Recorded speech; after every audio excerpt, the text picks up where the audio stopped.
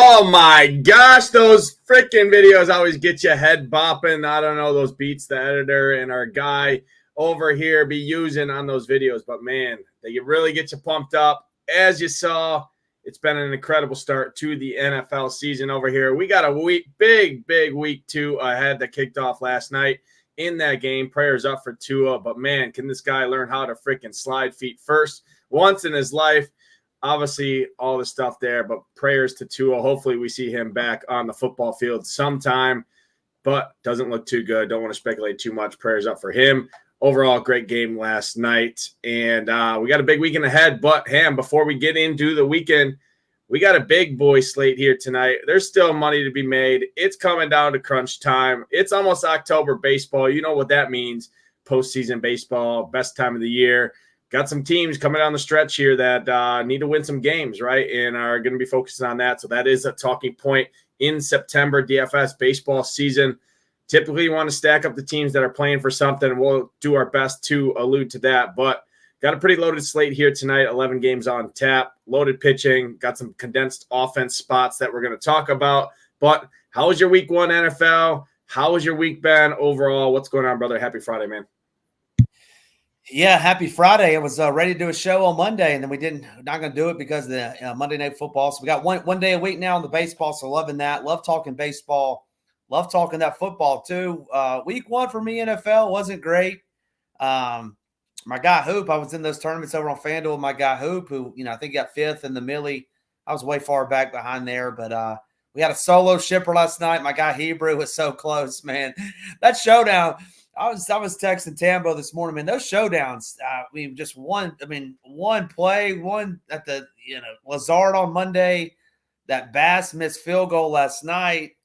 I mean, what was Chain doing in the game in the fourth quarter? Like, dude's getting killed, his shoulder slammed into the turf. He won somebody a solo millie, but man, it's just good stuff. But yeah, 11 games today. Looking forward to breaking it all down. Looking forward to breaking it down with our folks in the chat as well. We got Carmen in here. What up, Carmen? Michael, Warren, Tyler, Michael again here. No stopping.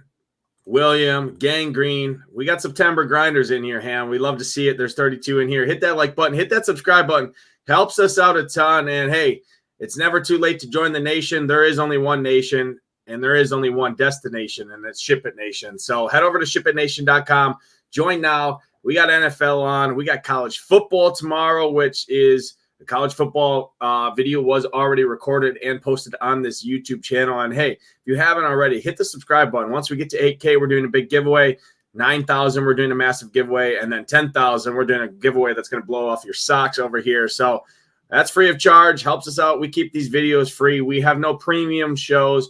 All of our shows are free right here on this YouTube station. So help us out. Hit that subscribe button. Gives you alerts every time we do go live, whether it's MMA, whether it's NHL, whether it's PGA, NFL, anything, you name it, we got it covered right here on this channel. Let's jump into the slate here, Ham. That's enough off the top. I'm going to add our shiptimizer right here on the screen, do a little producer work behind the screen, and boom, voila, we should see it up on the screen there. Our shiptimizer, our in-house optimizer, designed to help you ship. That's kind of why we named it Shiptimizer, right? But let's talk pitching, man. 8K and above, pretty loaded range here. I'm going to throw out a couple names. We see the projected ownership that we have over here. You obviously see Dylan Cease, you see Kikuchi, and then you see BB. Those are the three kind of talking points. Really, Dylan Cease, I think this ownership is a little bit low. I think Dylan Cease comes in, especially in single-entry small field tournaments, as mega chalk. Obviously gets that Giants matchup that we've been picking on. However, I threw a little tidbit in the slate plan over here at the Nation. This Giants team against right-handed pitching at home, right around a 20% K rate, 21% K rate. So it's not as bad as what people might think. Much prefer the matchup for Kikuchi against those Angels. Overall, I much prefer the matchup for BB against those Tampa Bay Rays. Those are my two favorite pitchers on the slate here. But talk about this range. I think Bailey Ober's an interesting play against that Cincinnati Reds team too. He's going to get some ownership. But those four guys in particular, really break those down. And then any of these other guys in this top tier that you're looking at for a pivot. Yeah, you said it pretty good. I'm just going to pull the pictures back up over here on my screen. But yeah, I mean, Peralta and Cease, two very nice pitchers. I like Peralta a little, or I'm sorry, I like Cease a little bit better. We get that ballpark we love picking on. We get those Giants who just strike out in droves. So I really like them. You're not going to play Schwellenbach, I don't think. I like Schwellenbach, but not against the Dodgers. I don't think you need to go there. And then Bibby, I don't know how you say his name. He would be kind of my number 2 up in this range. Great matchup. Rays have been trash all season long for the most part, striking out, pretty high strikeout percentage. And you said at the top of the show, some of these teams need to win these games. I think the Guardians are in first place in their division, want to hang on to that down the stretch, play good baseball. So Cease and Bibby would be my 2 favorite up in this top tier range. Yeah, Guardians only have a four-game lead over those Royals. Same thing for the Astros. Only a 4.5-game lead over those Seattle Mariners. Is my connection? Looked like I skipped a little bit right there. Am I good? You're good on my side. Okay. So, I mean, you're talking the Guardians, right? 4-game lead in that division there in the Central, AL Central. AL West, Houston's got a 4.5-game lead over the Mariners. So, both of those 2 spots, I really like Kikuchi in that matchup. I really like Tanner Beebe in his matchup against those Tampa Bay Rays. They got something like a 26 or 27% K rate on the road this season against right-handed pitching. He's been great at home, should have run support behind him. I think some of those Guardians bats can get to Littell on the other side there. So those 2 guys check out really good for me. I like them a ton. Dylan Cease is the guy I'm going to be a little bit under on. I think his ownership comes in higher than what we're showing here. I think in small field tournaments, single entry, 3-max stuff that I typically play and build my lineups for, he'll be anywhere from 40 to 50% owned, I think. And I'm just going to be a little bit under. I mean, I get it. Great matchup. But overall, like I said, this Giants team, sub 20% strikeout rate with the projected lineup at home against right-handed pitching. And that's enough at a chalky 11-game slate where I got other guys in this range that I think could match his output or even have a higher ceiling, like Kikuchi, like Bailey Ober, like Beebe. I think that's enough for me to be underweight there because I do like some chalkier offenses. So that's kind of how I'm approaching it. Up in this top tier for me, my SP1, going to be Tanner Beebe with the salary, with the matchup. Really like him. Kikuchi's 2. And then Bailey Ober is going to be 3. I don't have a lot of interest in any of these other guys. I mean, Dylan Cease is fine, but I'm going to be under. I don't want to go to Freddie. I actually like Arizona bats against Freddie here tonight in that Arizona game there. Not getting to DeGrom there, despite the good matchup that he has for strikeouts there. I just don't like the pitch count concerns, everything there with DeGrom. So for me, up in this top tier, it's those 3 guys mainly. I think Kevin Gausman is a decent option down at the bottom against St. Louis. I don't know if you have any thoughts on him. We didn't really hit on him, but he is all the way down at 8K. We do know what he can do. Does struggle with some lefties. Shouldn't see very many, maybe 3 or 4 lefties here in this lineup. The Cardinals have been hitting the ball as of late, but I mean, any thoughts on him? Not a great strikeout matchup overall, but he is just 8K. Yeah, no, he's not a very good strikeout person. And Gang Green asked, and I did not know the answer, how many pitches for DeGrom have you heard? I did not look. I'm assuming he said DeGrom after that. But, yeah, DeGrom.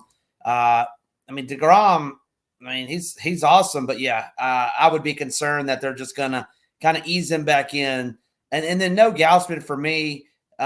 Reason being is his strikeouts, hovering right around 20% to lefties, a little higher to righties. But not what we've, seen in the upper 20s, low 30s.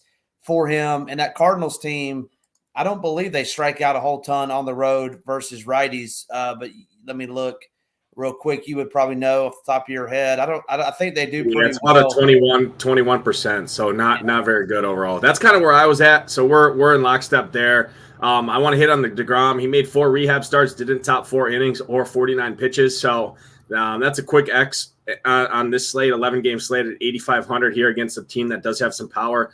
I actually wouldn't mind some of those Mariners, right? When we get to bats against DeGrom, I mean, made 4 rehab starts, didn't top 50 pitches. We know the pitcher he is. He's just not stretched out here.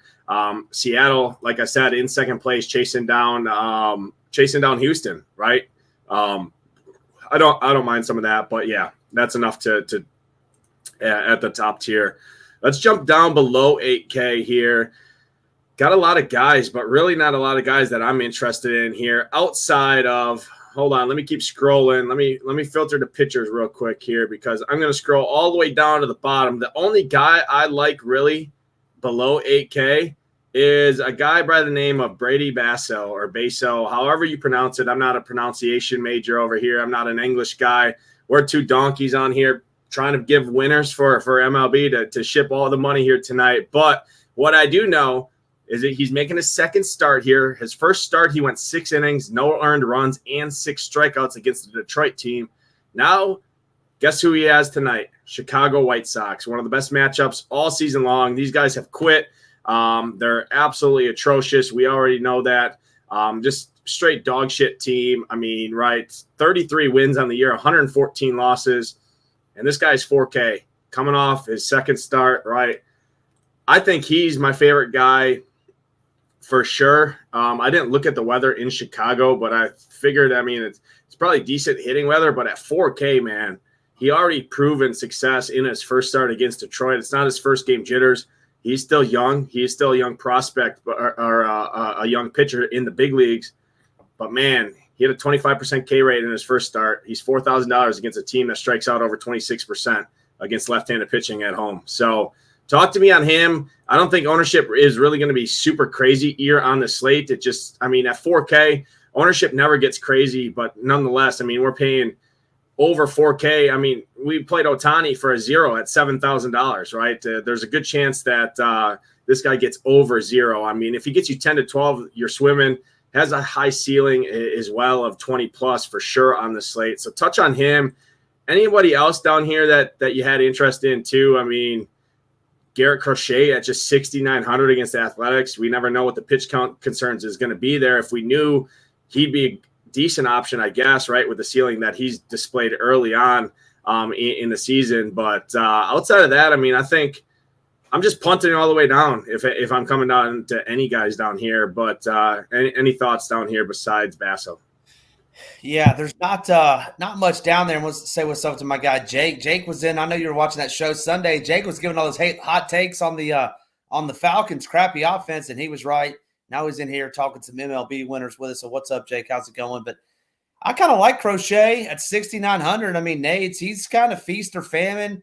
He's probably not going to go more than 60 pitches just based on what he's done, but in 2 of those starts, he's got over close to 20 points. But this guy's strikeout stuff is electric. And then when you look at the Athletics, you know, they got 4 guys right in the heart of the lineup that, you know, over a 25% strikeout rate versus lefties on the road.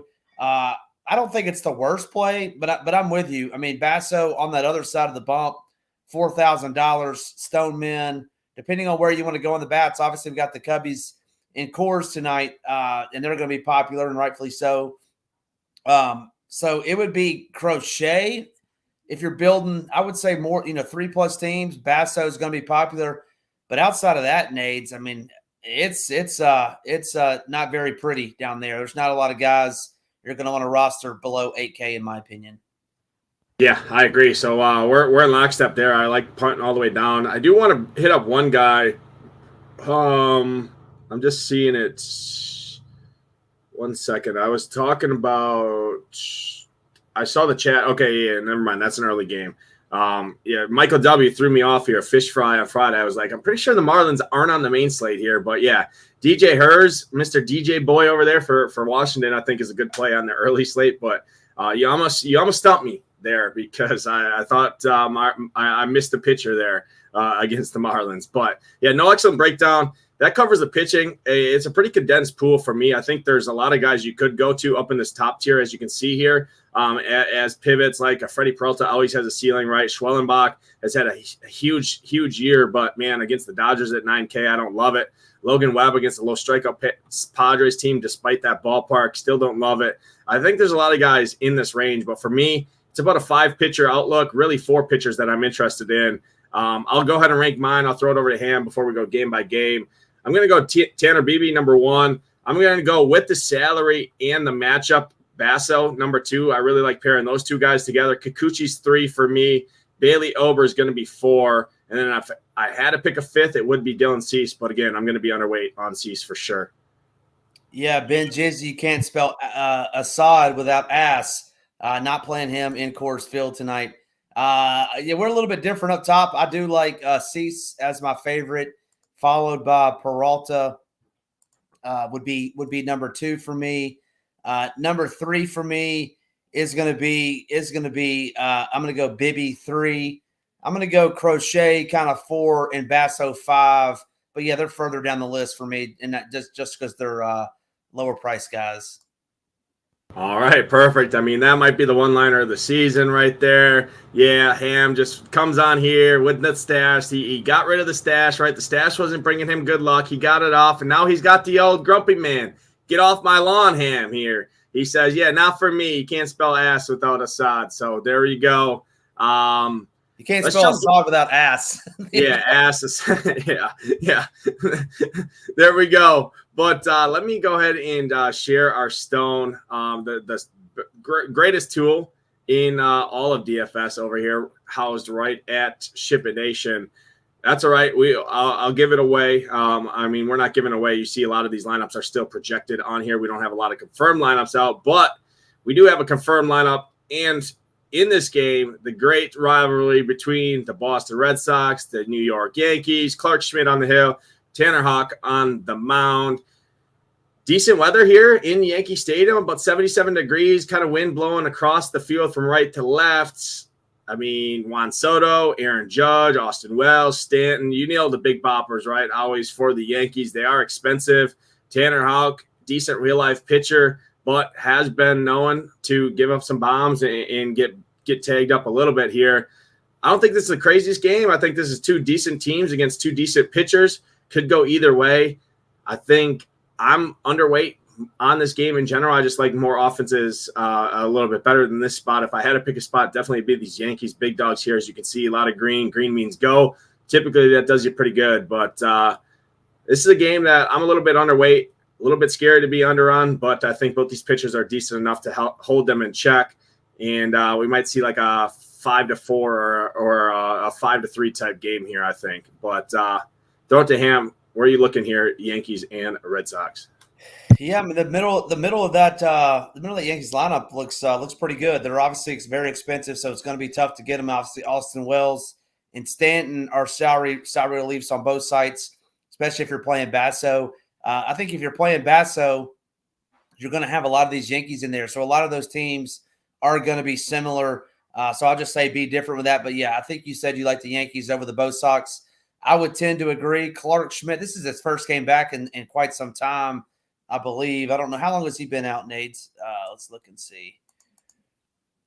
Well, I guess he made a start last week, but before that it had been 4 months. Yeah, he threw 75 pitches. So I'm still going with the Yankees over the Sox. I would say Yankees a top 5 stack for me today. Perfect. Yeah, I agree. Like I said, if I went, I would play these big boys, right? A Soto, a Judge, a Wells, Stanton.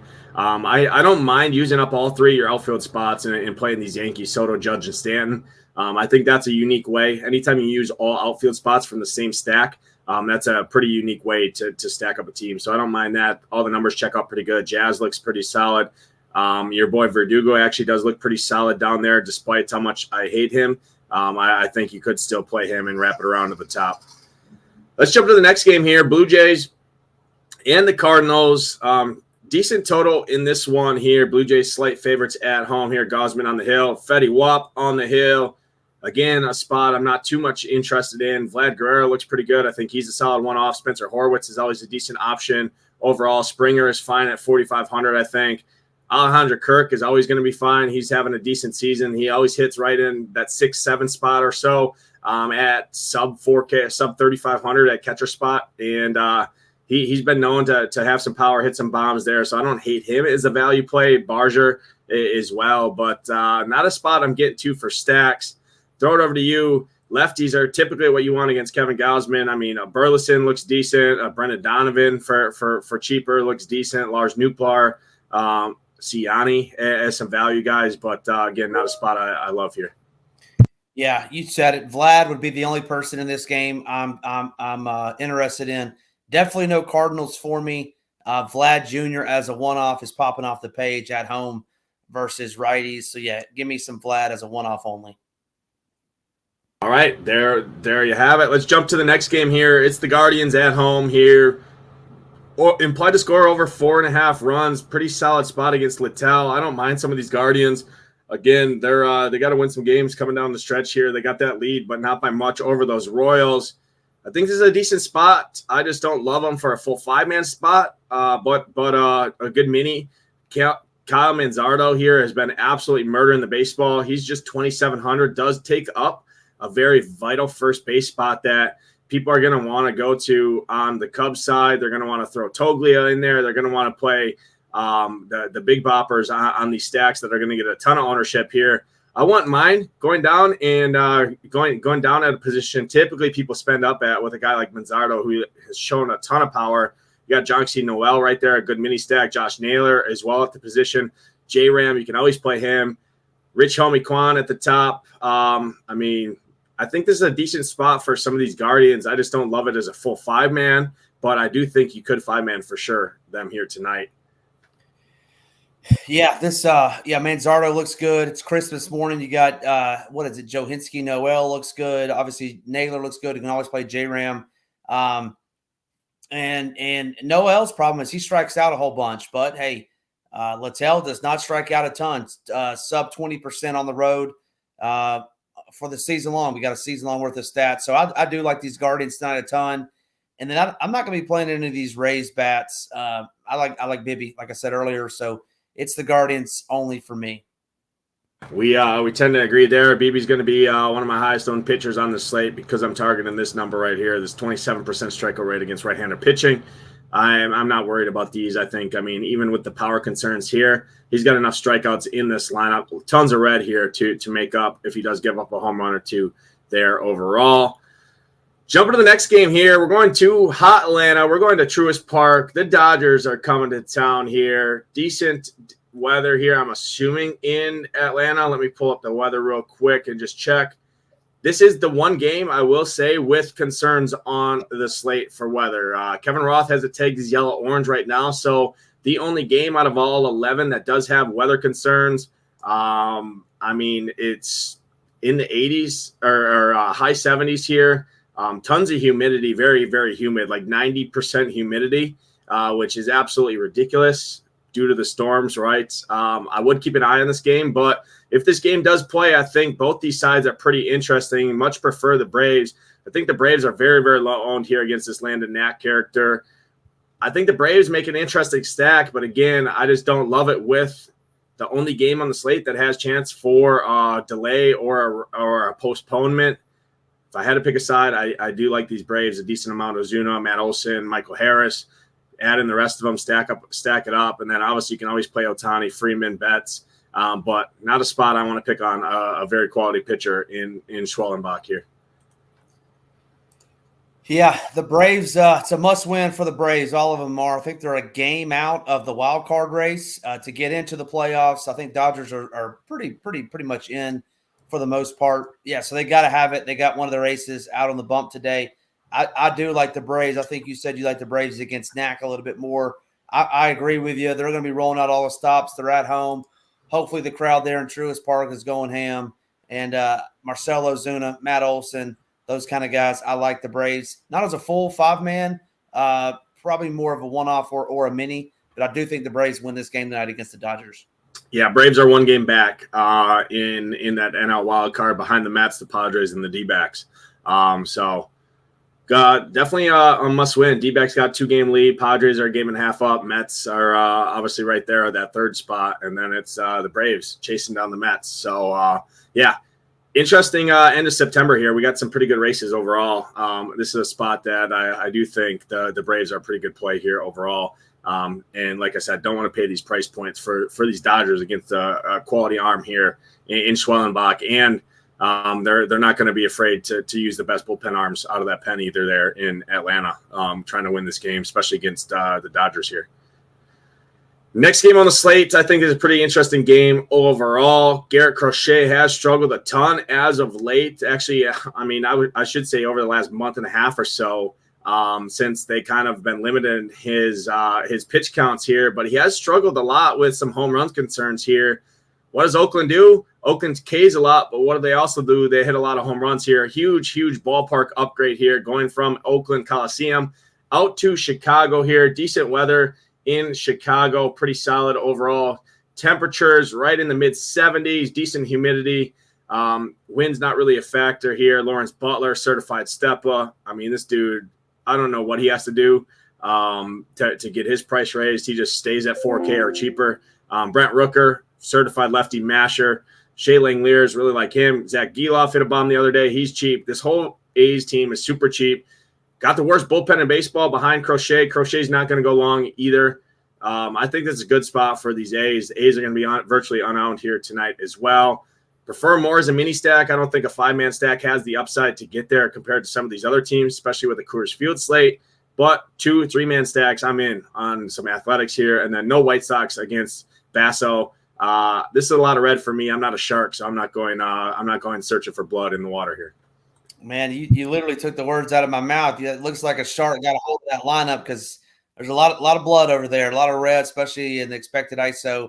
And I'm with you. Brent Rooker's my favorite athletic, and we know what happens anytime they get out of the Pacific time zone. They come east and they turn into like the peak Bronx Bombers. When the Yankees were mashing all sorts of bombs. So yeah, give me these athletics to find a way. To find a way to get it done. Pojin, I had to go, man. I had to go back to work. Got to get rid of it. Hey, we'll do it one more time for you though before the end of the year. Definitely no White Sox. Give me some athletics bats tonight. Yeah, let's do a little fun game in the chat to get some interaction going here. The best comment in the chat, hell, maybe we'll toss him something. Why did Ham have to shave off his stash? Give the best reasoning in the chat. Pull something out of your ass. I don't care what you do. What was the best? What's your reasoning? Why Ham had to shave it off? He said he had to go to work. Let's see what the chat can come up with. Why did he shave off his porn stash there? Well, we jump to the next game here, and we talk about a good one here. It's the Reds. It's the Twins. This is my favorite stack on the board as a direct pivot right off of Coors Field. Twins are going to get ownership. It's not going to be to the ownership concerns of the Cubs and the Rockies in the next game. This character, Julian Aguirre, however you pronounce it, has been absolutely horrible. If you look right here, red means go when you're talking bats against him. I love all these Twins. Twins are murdering the baseball right now. The only concern I do have, I do want to make this clear for the people in the chat and the comments. Twins, pinch hit concerns. You know what happens, right? A lot of these lefties are in here, especially a Julian, especially a Wallner, especially a Larnach. Those guys are in here as strictly splits guys against right-handed pitching. I haven't looked at bullpen usage on the Cincinnati side. Have to assume they have some lefties that are available out of that pen. If this character gets blown up like he has been all season long, they pull a lefty out of that pen, there's a good chance that a Julian, a Wallner, or a Larnach gets hit down and pinch hit for. So I would not play 3 of these guys for sure in the same stack. I would probably limit it to 2 max. Realistically, only 1 would make the most sense for me, and then grab some of these righties or switch hitters like a Royce Lewis, right? A Santana, a Buxton, a Castro, a Ryan Jeffers. But 1 through 9, love the Twins. Be careful of Julian, Wallner, and Larnach lineups together because 1 or 2 of those guys for sure are going to get pinch hit for if a lefty comes out of that bullpen. But Ham, where are you going here? Are you with me on the Twins? And then any Reds against Bailey Ober? For me, it's a no, but maybe you see something else. Yeah, no Reds. I mean, obviously, Ellie's always in play, just depending on if you land on him. Obviously the shortstop position is a coveted position, so it's tough to get there, and he's pretty expensive at 62. He would be the only one. And those Twins are nice. They love to hit the long ball, right? With Wallner, Lewis, Larnach, don't mind any of those guys. 2, 3, 4, as you said, they are going to get pitch hit for, right? Close game. If Aguiar is doing good and they take him out and the lefty comes in, what do you know they're going to get subbed out for? So be careful there. But yeah, those would be my favorite. Those 3, not full stack in the Reds, would be an Ellie one-off only, and then minis only as well. I'm with you over there for those Twins. Yeah. We're firmly aligned here, and man, these comments got me rolling in the chat here. Chat's feeling fired up on a Friday here. I love it. Some of those comments got me rolling. Let's roll right next to this next game here. Highest total on the slate here. It's Coors Field. two bad pitchers on the slate, right? You can't spell Assad without ass. Famous one-liner of the show from our guy Ham here. And Gomber, another guy, pretty brutal on the slate here. Is pitchers, two of the worst, in my opinion, that we're seeing. Massive total. But, man, do you want to play Coors Chalk? Do you not want to play Coors Chalk? It always comes down to it. The totals are there. Everything points to playing it. But, man, these numbers just don't look very good in general. The Cubs, I mean, obviously, talking point, highest owned offense for sure on the slate here against Gomber. They don't strike out. They put the ball in play, but they just don't have a ton of power, as you can see here. I mean, a Dansby Swanson, a Patrick Wisdom, a Suzuki. I think mini stacks for me is my preference in Coors Field if I'm going to it. I'm not going to have either of these teams as a full five-man. If I did full five-man, I might prefer the Rocky side just for lower ownership. But I think mini stacks is where I'm going, if anything, from Coors Field. But, Tam, I'll throw it over to you. Everybody wants to talk about Coors Field. Everybody wants to know what to do. Are you playing it? Are you fading it? Who are you going to talk to? Yeah, do you think these Rockies are going to get ownership, Nate? They're going to get ownership, but it's not going to be near what the what the Cubs side is. I mean, I'm seeing like sub 5% is a stack on the Rocky side. That's why I would prefer the Rocky side for sure, because I just don't think Assad's very good at all. Yeah. I mean, if you look at those Cubs, I mean, up and down their projection on FanDuel and DraftKings. I mean, for the most part, it's bright green, which over there, bright green means go, and then a red means go for the pitcher. And so, I think you're going to have at least a couple of these guys in there projecting very well. Austin Gomber's not a very good pitcher, bad bullpen, things of that nature. Pete Crow Armstrong, I know he doesn't profile very well, but man, that guy is pretty good. I like him down there. It's lefty too. So for me, it would be the lower half. The Dansby and Pete Crow Armstrong. If you're five-man them, I think Dansby and Armstrong would be two that I would pair in those other three. That's just the way that I would go about it, Nades. And then I'm not playing those Rockies. I mean, a lot of blood in that K water over there. And at 27% as a team, I'm going to pass on the Rockies tonight.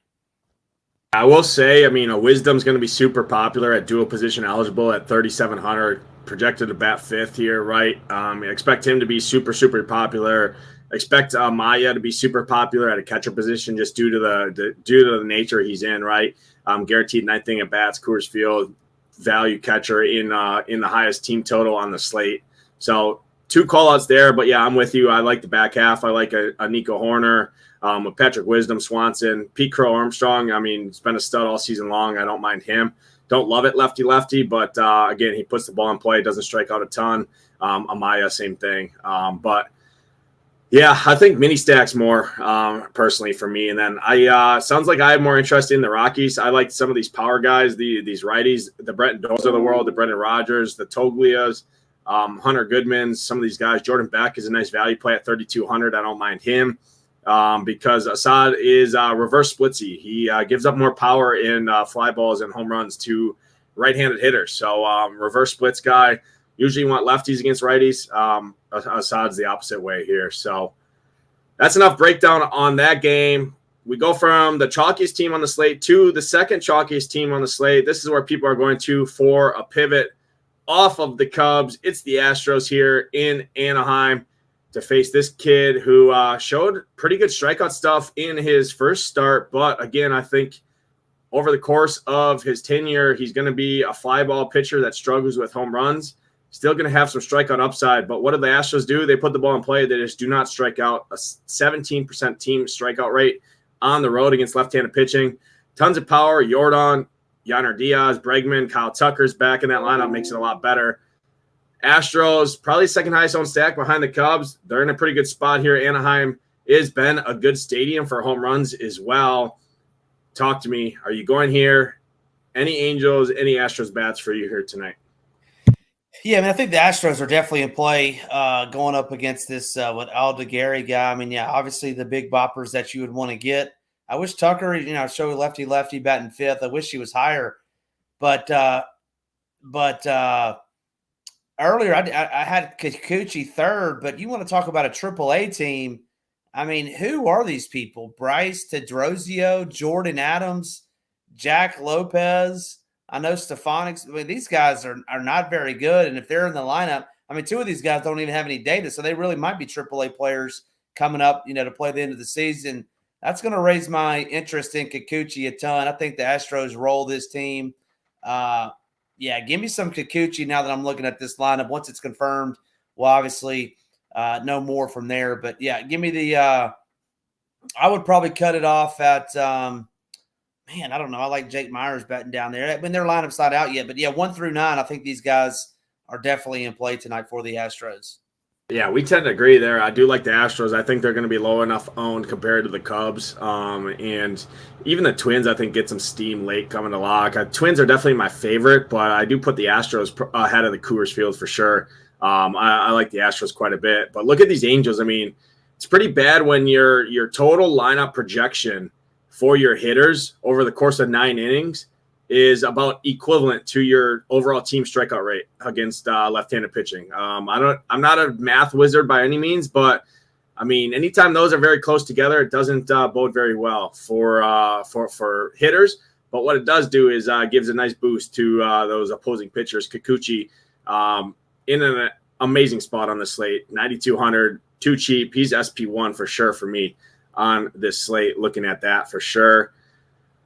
Let's jump to the next game here. We got 3 games left to talk about. This is probably my favorite game on both sides on the slate for, when you're talking both, have an interest in both sides of this game. It's the Brewers here. It's the D-backs. E-Rod on the hill. Absolutely love these Brewers here tonight. Excuse me. I think the Brewers do win this game. It's not a homer take. It's just they're young. They're hitting the baseball. And E-Rod has looked like a corpse of his old self here. I mean, sub 15% strikeout rate to both sides of the plate, almost a 20% walk rate to lefties. What do the Brewers do? They got a lot of lefties in this lineup. They can put the ball in play that are patient. And what do they do when they get on base? They'll steal bases. So I like these Brewers quite a bit. Guaranteed 9th inning at bats. Nobody's going to play them. They got a lot of power against left-handed hitting, left-handed pitching as well. Jackson Cheerio, certified stud, 2020 season right now for him, rookie. Love him. Willie Adames, love him. I think Willie's a great play because guess who is also right in that price range? Dansby Swanson, going to be much higher owned than Willie Adames for $100 cheaper. Absolutely love him. Reese Hoskins, Joey Ortiz. I mean, this is a great spot on both sides. And then the D-backs have been murdering the baseball as of late. Vegas basically has this game at a pick 'em. It's a decent total, late night hammer here. Freddie, I like Freddie more at home. Freddie can struggle with home run concerns, and that's what the D-backs do is murder the baseball. They're getting they're getting hot at the right time of the year in that quest for that wild card and that division title over there. Talk to me. I think this is a great game, but what do you see here? Yeah, it should be obviously a real life good game. And the Brewers, someone at the top of the show had mentioned in the chat, Jackson Cheerio season. And you said it too. I mean, the guy's just been on an absolute tear. So really like the righties tonight for the Brew Crew against, E-Rod's not very good. I'm a little different than you, though. I'm not taking any of these snakes going up against Peralta. I like Peralta a little bit tonight. I know they've been hot. I know they don't strike out a whole ton, but I like Peralta. Well, I should say I think there's other pitchers to pick on outside of Peralta. That's why I won't have any D-backs tonight. Yeah, I agree there, but I think Arizona's more a 5-man stack or bust for me because I don't like picking individual guys out against him. But as a stack, I mean, looking at his last 5 starts, just an 18% K rate, which is significantly lower. So over the last 5, his Sierra is up at about a 5.3 as well. So, I mean, looking at his last 5 starts, also looking at what the D-backs are doing right now to opposing pitchers, they don't care who they're facing right now. They're absolutely mashing the baseball. So I think this is a good buy low spot on these D-backs because of the name value that Freddie Peralta does have. But if you dig in deeper and look at Freddie Peralta as of late, it's not the same Freddie. So, I mean, I think this is a pretty solid, sneaky spot on both sides here for sure. I got Toga in here. What up, Toga? What's going on, man? But, yeah, I think this is a good game on both sides. I definitely like the Brewers a lot more as a stack, but the D-backs are going to be significantly lower owned. And the way they're hitting the baseball right now, and you see this a ton of green here, sub 20% strikeout rate and ISO, almost the highest on the slate for a team ISO as well, I think is pretty interesting here. What does Freddie struggle with? Fly balls. I think the D-backs have a lot of guys that can take some fly balls here against him at home. 2 games left to talk about. Not very good games in terms of DFS, in terms of hitting. If there was a spot, I would pick some of these Mariners against DeGrom, who making his first start of the year in the bigs. Again, through 4 rehab starts, didn't top 50 pitches or 4 innings. These Mariners, they do strike out a ton. If DeGrom was healthy, this would be a full fade spot and a slam on DeGrom. However, DeGrom going to be very limited. Rangers, I mean, decent bullpen, I think there, or not a decent bullpen. I should say Texas bullpen is not very good, if I remember correctly here.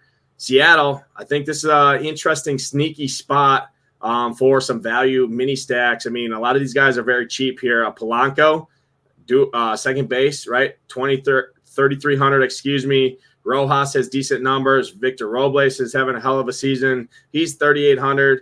Cal Raleigh's always a great play.